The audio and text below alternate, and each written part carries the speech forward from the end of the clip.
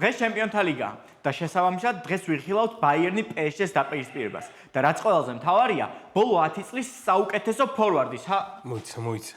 ვინ არის ბოლო 10 წლის საუკეთესო ფორვარდი? კაი, ეხლა მაინც რა გინდა, ჰარი კეინი.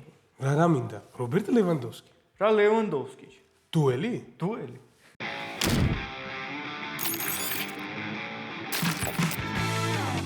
ეს ორი ბოლო წლებში მსოფლიოს საუკეთესო ფორვარდებად ითვლებიან, რადგან მათ ანგარიშზე უამრავი გოლი, ასისტი და რაც ყველაზე მთავარია, მოგებული შეხვედრა. მათი გავლენა გუნდზე უზარმაზარია, მით უმეტეს ორივე ასოცირდება ბაიერნთან, რადგან ერთი ამ გუნდის მოქმედი ფორვარდია, ხოლო მეორე ამავე კლუბის ლეგენდა და კლუბის ისტორიაში მეორე ბომბარდირი. ჩემპიონთა ლიგაზე ორივე საუკეთესო ბომბარდირებს შორის არიან და რაც შეეხება ოქროსპურს, ერთს იგი მოპარეს, ხოლო მეორე წელს აქტიურად იბრძვის. და მაინც, რომელია უკეთესი? ამას ახლა გავიგებთ. წინ 15 რაუნდი გელოდებათ. ეს დუელია რობერტ ლევანდოვსკი, ჰარი კეინის წინააღმდეგ. პირველი რაუნდი. სტატისტიკა. დღესაც ბარსას ფეხბურთელს იცავ? Siempre Barça. კაი, მოდი ციფრებს შევხედოთ. ასაკში საგრძნობელი სხვაობა გვაქვს. კეინი არის 32 წლის, ლევანდოვსკი 37-ის. შესაბამისად, ლევანდოვსკის მეტი ჩატარებული შეხვედრა აქვს. 1030, 769 წინააღმდეგ. სულ რაღაც 271 შეხვედრით ნაკლები. კი, და შესაბამისად ყველა ტურნირზე შენს კეინს 279 გოლით ნაკლები აქვს გატარილი. 793, 524-ის წინააღმდეგ. აღიარა რომ უბრალოდ შანსი არ გაქვს. მერე რა? ლევანდოვსკი ჯერ პოლონეთში და მერე ბუნდესლიგაში თამაშობდა, სადაც გოლების გატანა უმარტივესია და კეინი თავიდანვე ინგლისში თამაშობდა. ხო, მაგრამ მე ხომ არ ცვლის იმ ფაქტს, რომ ლევანდოვსკი მაინც უკეთესი ასისტენტია. 197 ასისტი 131-ის წინააღმდეგ. 10-9. ლევანდოვსკი. მეორე რაუნდი. დრიბლინგი და ტექნიკა. უნდა ვაღიაროთ, რომ დრიბლინგით და ტექნიკით ერთ-ერთი უერწყინავს, მით უმეტეს არის კეინი. კი, მაგრამ ტექნიკაში არ გეთანხმები. ორივეს უმაღლესი დონის ტექნიკა აქვს და კეინზე მოურინი ამბობდა, რომ ის უბრალოდ ფეხბურთელი არ არის, ის შესანიშნავი ფორვარდია უმაღლესი ტექნიკით. მათ იდეალური პირველი შეხება აქვს და შესაბამისად უამრავი შერცხვენილი მცველი ყავთ ანგარიშზე. და მოდი ციფრებსაც შევხედოთ. კეინი უფრო ხშირად მიდის დრიბლინგზე 2.3, 2.1 წინააღმდეგ. თუმცა ორივე შემთხვევაში 1.1 არის წარმატებული. სამაგიეროდ წარუმატებელი დრიბლინგი კეინს მეტი აქვს. 1.2, 1-ის წინააღმდეგ. კი, მაგრამ ამის გამო რაუნდს ნამდვილად ვერ წაიღებ. 9-9. ფრე. მესამე რაუნდი. საიმედო. კაი, ბევრი ლაპარაკის გარეშე ამ რაუნდს მეწავიღებ. რატო ვითო? რატო და 1.7, 1.4-ის წინააღმდეგ ბურთის დაკარგვა. 2.3, 1.9-ის წინააღმდეგ ცუდი პირველი შეხება. მართალია ორივეს 0.3 შესწომა აქვს შეხვედრაში, მაგრამ 1.2 ჯარიმა 0.8-ის წინააღმდეგ. აქაც ლოვა უარესია. და რაც შეეხება ბარათებს, ყვითელი ორივეს 60 აქვს, მაგრამ პოლონელს 2 წითელი აქვს. მაშინ, როდესაც კეინს კარიერაში არც ერთი წითელი ბარათი არ მიუღია. რა სიტყვი? რას ვიტყვი და 10-9. კეინი. მეოთხე რაუნდი. თავით თამაში. ანთროპომეტრია ორივე ფორვარდს თითქმის თანაბარი აქვს. ლევანდოვსკი 186 სანტიმეტრი სიმაღლის არის და 81 კილოგრამს იწონს. კეინი 1.88 არის და 86 კილოგრამს იწონის, თუმცა თავით ორივე ფორვარდი შესანიშნავად თამაშობს. გეთანხმები. ლინიკერი კეინის თამაშს სრულყოფილს უწოდებს. ნამდვილად, სერგი, შენ და გარის გეთანხმებით, მაგრამ ლევანდოვსკი აქაც უკეთესია. საჰაერო დუელებში თანაბარი 43.5% გვაქვს, მაგრამ ლოვა შეხვედრაში საშუალოდ 1.9 დუელს იგებს. კეინისგან განსხვავებით, რომელსაც 1 და 7 აქვს სამმაჩვენებელში. და თავით გატანილ გოლებში საკმაოდ დიდი უპირატესობაც მაქვს. 89-78-ის წინააღმდეგ. შესაბამისად რა გამოდის? ეს რაუნდი ჩემია. 10-9. ლევანდოვსკი. რატო ვინ იწამივა ამ ლევანდოვსკიმ? ბიჭო, ჯერ დორტმუნდიდან გამამწარა. მე საერთოდ ბარსელონაში მოვიდა და ეხლა ჩემ არხზეც მოვიდა და აქაც მიგებს. ხო და გამოიწერეთ მაშინ სპორტლაინის არხი, მოიწონეთ ეს ვიდეო და დანარჩენ ვიდეოებსაც მიყევით. მეხუთე რაუნდი. დარტყმა. სერგი, მზად ხარ კიდევ ერთი გამანადგურებელი რაუნდისთვის? რატო გამანადგურებელი? შენი აზრით კეინი ცუდად ურტყამს? უბრალოდ ამ ზარბაზნებს შეხედე. არანაირად არ ვაპირებ ამ რაუნდის მარტივად დათმობას.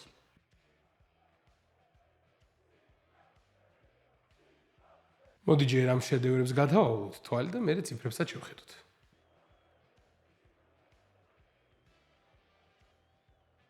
ლევანდოვსკი შეხვედრაში საშუალოდ 3.6 ჯერ ურტყამს. კეინი კი 3.5 ჯერ.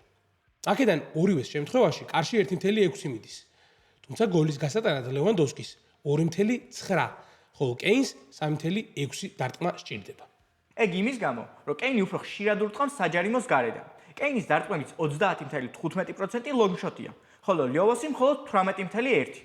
სამაგიეროდ რობერტი მოქმედებს როგორც კლასიკური ფორვარდი და დარტყმების 79.7% საჯარიმო შიგნიდან არის შესრულებული. ის ნამდვილი ფინიშერია. კლოპი ამბობდა მასზე, იგი ნამდვილი მანქანა არის კარის წინ. უფრო ვიტყოდი ფუნქციონალურად შეზღუდული. და მოდი საერთოდ XG-ს შევხედოთ, რომლის მიხედვითაც ბოლო 5 სეზონში კეინს 115 გოლი უნდა გაიტანა, მაგრამ ჰარის ეს არ აინტერესებს, რადგან მან ბოლო 5 სეზონში გაიტანა 139 გოლი. კარგი, რა სერიოზულად ვადარებთ, გასაგებია რომ მასაკობრივი დიაპაზონი ერთი გვაქვს 5 წელი, მაგრამ 27-დან 32 წლამდე ჰარი კეინი და 32-დან 37 წლამდე ლევანდოვსკი.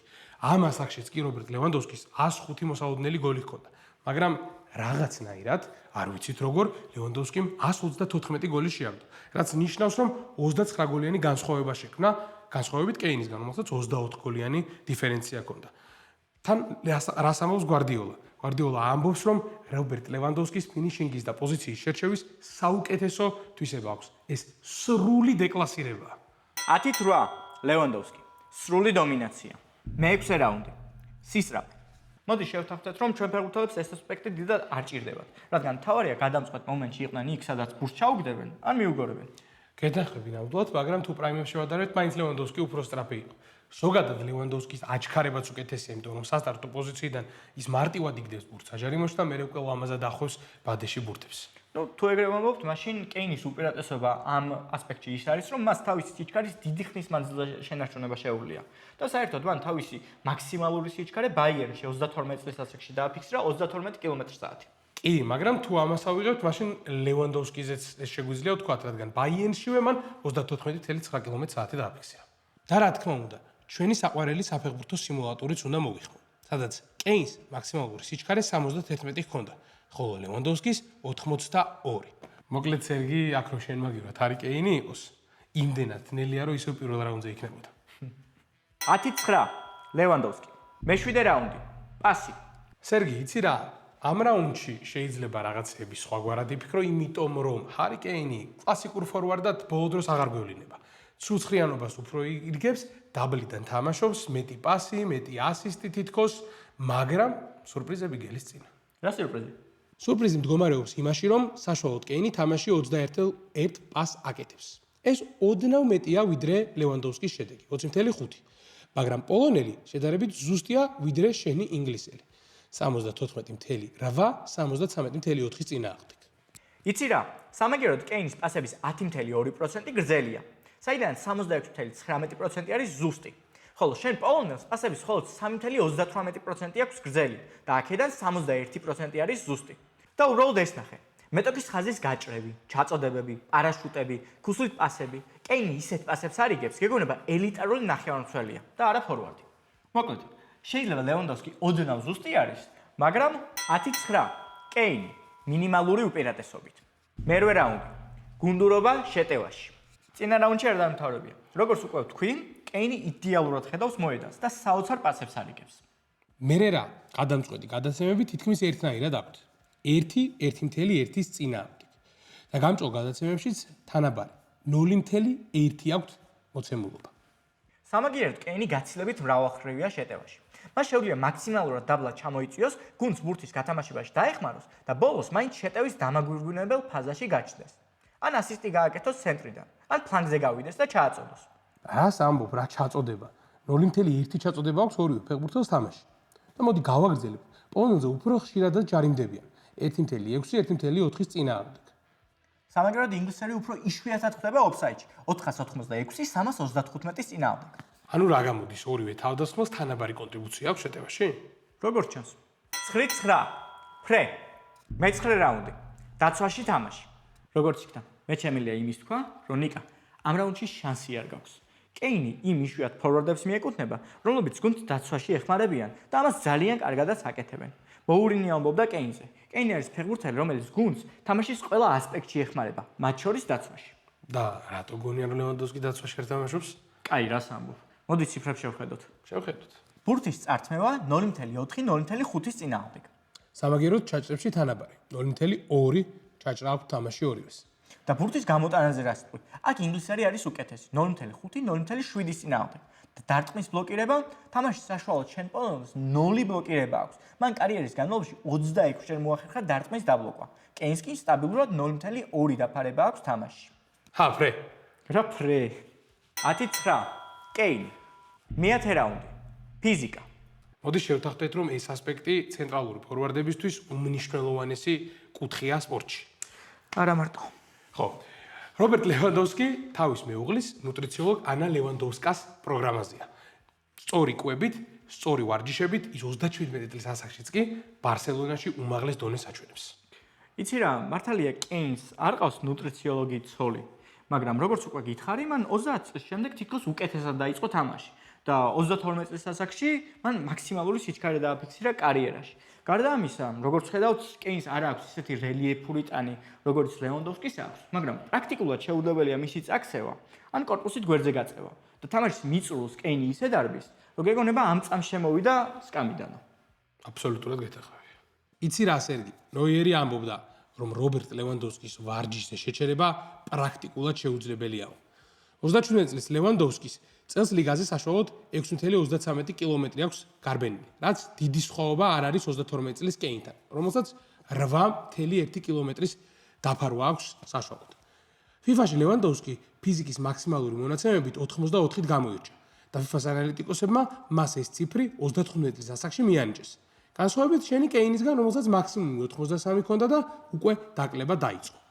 და რაც შეეხება ტრავმებს, კეინმა კარიერაში 99 შეხვედრა გამოტოვა. სხვადასხვა ტრავმის გამო, ხოლო რობერტ ლევანდოვსკიმ 44. 10-8. ლევანდოვსკი. აშკარა უპირატესობით. მე-11 რაუნდი. თასები. ხო, დღეს კეინი არ უნდა ამერჩია. თასების რაუნდი საერთოდ არ მახსოვდა. მოკლედ მე წავალ და რომ რჩები დამიძახი. თითო-თითოჯერ პოლონეთის თასი, სუპერთასი და ჩემპიონატი. 6 გერმანიის, 3 ესპანეთისა და 1 ევროპის სუპერთასი. 4 გერმანიის და 1 ესპანეთის თასი. 10 გზის გერმანიისა და ესპანეთის ჩემპიონი და ბოლოს 1 ჩემპიონთა ლიგა, პლუს FIFA-ს საკლუბო მსოფლიო თასი. გონი არაფერი გამომრჩენია. 10-8. ლევანდოვსკი. აშკარა უპირატესობით. მე-12 რაუნდი. პირადი ჯილდოები. დაბრუნდი? შემახსენებ რა რაუნდია? პირადი ტიტულები. ხო. მოდი თან დავიწყებ. 2 გზის ბუნდესლიგის საუკეთესო ფეხბურთელი. 7 გზის ბუნდესლიგის, 1 გზის ლა ლიგის, 1 გზის ჩემპიონთა ლიგის ბომბარდირი. 2 ოქროს ბუციც. ერთხელ UEFA-ს ევროპის საუკეთესო ფეხბურთელი და 2-ჯერ FIFA-ზე best. და არ დაგავიწყდეთ საეჭვო გარემოებაში გაუქმებული ოქროს ბურთის ცერემონია, სადაც აშკარად ლევანდოვსკის მიჰქონდა ტიტული. იცი რა, კეინის პირად ჯილდოებს გადავხედე და არც ისე ცუდად არ არის საქმე. 2-ჯერ წლის ფეხბურთელი პრემიერ ლიგაში და ერთხელ ბუნდესლიგაში. 3-ჯერ საუკეთესო ბომბარდირი პრემიერ ლიგაში, 2-ჯერ ბუნდესლიგაში და იგივე საუკეთესო იყო ამავე კომპანიაში 2018 წლის მსოფლიოზე. მან 6 გოლი გაიტანა. ასევე ერთ-ერთი საუკეთესო იყო 2024 წლის ევროპაზე და 23-24 წლების სეზონში იგი ჩემპიონთა ლიგის საუკეთესო ბომბარდირი გახდა. ასევე მას 1 ოქროს ბუცი აქვს და ამ შემთხვევაში ცოტათი გავასწრებ მოვლენას წინ და გეტყვით, რომ იგი საუკეთესო ბომბარდირი გახდება ბუნდესლიგაში და ასევე მარტივად მოიგებს ოქროს ბუცს. და ასევე ვიტყვი, რომ მას ძალიან დიდი შანსები აქვს ოქროს ბურთის მოგების. ამ ყველაფრიდან გამომდინარე, გთავაზობ მინიმუმ ფრე. ისეთი ანგარიში თუ არ წინ რომ მიჩუქნია. 9-9. ფრე. ფასი, შემოსავალი და პოპულარობა. ხო, როცა მას გავს საკითხებზე ვსაუბრობთ, მოდი გავითვალისწინოთ ის, რომ ლევანდოვსკი ბოლო სეზონებს ატარებს და თუ ღირებულებაზე ალაპარაკი, მოდი პიკური მოცემულობები ავიღოთ. კარგი, არ არის პრობლემა, მაგრამ ეხლა დავფიქრდი და მგონი ეს რაუნდი არის ჩემი უსაყვარლესი რაუნდი, რადგან როგორც წესი აქ ყოველთვის იგივე. და არც ეს იქნება გამონაკლისი, რადგან ბებერი ლევანდოვსკი ამ მომენტისთვის სულ რაღაც 9 მილიონი ევრო ღირს, ხოლო კეინი საკმაოდ სოლიდური 65 მილიონი. და პიკზე ვისაუბროთო. პიკზე კეინის ფასი იყო 150 მილიონი ევრო და ლევანდოვსკის სულ რაღაც 90 მილიონი ევრო ღირდა. ხო, მაგრამ მაგას განაპირობებს ისევ ის, რომ ჰარი კეინი ინგლისელია, რობერტ ლევანდოვსკი პოლონელი. თან ქართველები მაგას ყველაზე კარგად ხვდებით. რაც შეეხება შემოსავლებს, აქ უკვე ლევანდოვსკიზე უნდა ვთქვათ, რომ ბარსელონა ყველაზე მეტს უხდიდა. ხო, ეგ არავის არ უყურს ბარსელონასგან. მოდი მძიმე საკითხებს ნუ შევეხებით. ბარსელონას ლევანდოვსკის შენახვა 2024-25 წლების სეზონში 33.3 მილიონი ევრო დაუჯდა. აქაც ჩემი აზრით კეინს აქვს უპირატესობა, რადგან მისი შენახვა ბაიერნს ბონუსების გათვალისწინებით დაუჯდა 32.2 მილიონი ევრო. კი, ნაკლებია, მაგრამ აქ მნიშვნელოვანი განსხვავება არის. კეინს ამ ხელფას ბაიერნი უხდის, გუნდი, რომელიც ფულს აქეთ-იქით არ ისვრის. და მინდა შეგახსენო, რომ შენი ბარსელონა 37 მილიონს უხდიდა გრიზმანს, 25 მილიონს უხდიდა დეიონს, 23-ს კოუტინიოს და ჩემი საყვარელი 32 მილიონ ევროს უხდიდა 19-20 წლების სეზონში უმტიტის. კარგი, ყველაფერი გასაგებია, მაგრამ პოპულარობაზე რა სიტყვი, მისტერ TikTok-ის ცეკვები რობერტ ლევანდოვსკი. პოლონ ლევანდოვსკის Instagram-ზე 38.8 მილიონი გამომწერი ყავს. და TikTok-ზე სადაც იგი აქტიურად დებს ვიდეოებს და საკმაოდ მხიარულიც არის 11.7 მილიონი გამომწერი. ხო, ამ საკითხში რობერტი უკონკურენტუა. კეინს სულ რაღაც 18.4 მილიონი გამომწერი ყავს Instagram-ზე და 4.7 TikTok-ზე. თუმცა საერთო ჯამში 10-9. კეინი მე-14 რაუნდი. ნაკრები. ინგლისის ნაკრებზე როცა ვსაუბრობთ, სულ მეცინება, სულ it's coming home. წელს მაინც ბრუნდება ფეხბურთი. არა, ბრუნდება ინგლისის ისეთი ფორვარდიც ვერ უშვერის, როგორც კეინია. მოდი, უცებ ციფრებს შევხედოთ. ლევანდოვსკიმ ნაკრების მაისურით ჩაატარა 165 შეხვედრა, სადაც 89 გოლი გაიტანა და 38 ასისტიც დაამატა. კეინს შედარებით ნაკლები 112 შეხვედრა აქვს. თუმცა 78 გოლი გაიტანა და 18 ასისტი მიითვალა. თუმცა ნაკრებთან ერთად ითამაშა 2018 წლის სოფლიოს ნახევარფინალი, 2021 წლის ევროს ფინალი, ასევე 2024 წლის ევროს ფინალი. ნაკრების მაისურით, როგორც უკვე ვთქვი, გახდა 2018 წლის სოფლიოს საუკეთესო ბომბარდირი, 2020-ში ევროს კვალიფიკაციის საუკეთესო ბომბარდირი და 2024 წლის ევროს თანაბომბარდირი. ნუ ამ ხრივ რობერტ ლევანდოვსკი განსაკუთრებულით ვერაფრით გამოირჩევა. ხოლო 2016 წლის ევროს საკვალიფიკაციო საუკეთესო ბომბარდირობა და 2018 წლის სოფლიო ჩემპიონატის საკვალიფიკაციოს ასევე საუკეთესო ბომბარდირი. 10-9. კეინი და ბოლო მე-15 რაუნდი, რომელიც ყველა გადაცემაში იწვება და დღევანდელი რაუნდია სირთულეების გადალახვა. კეინს ნამდვილად არ ქონია მარტივი გზა. იგი 8 წლის ასაკში არსენალის აკადემიიდან გამოაგდეს. შემდეგ რამოდენიმე წელი აქეთ-იქით დადიოდა და საბოლოოდ 11 წლის ასაკში ტოტენჰემის აკადემიაში ჩაირიცხა. თუმცა არც აქ არავის არ სჯეროდა მისი და 4 სხვადასხვა კლუბში გაუშვეს იჯარით. საბოლოოდ პოჩეტინომ დაიჯერა მისი და ძირითადში დააყენა.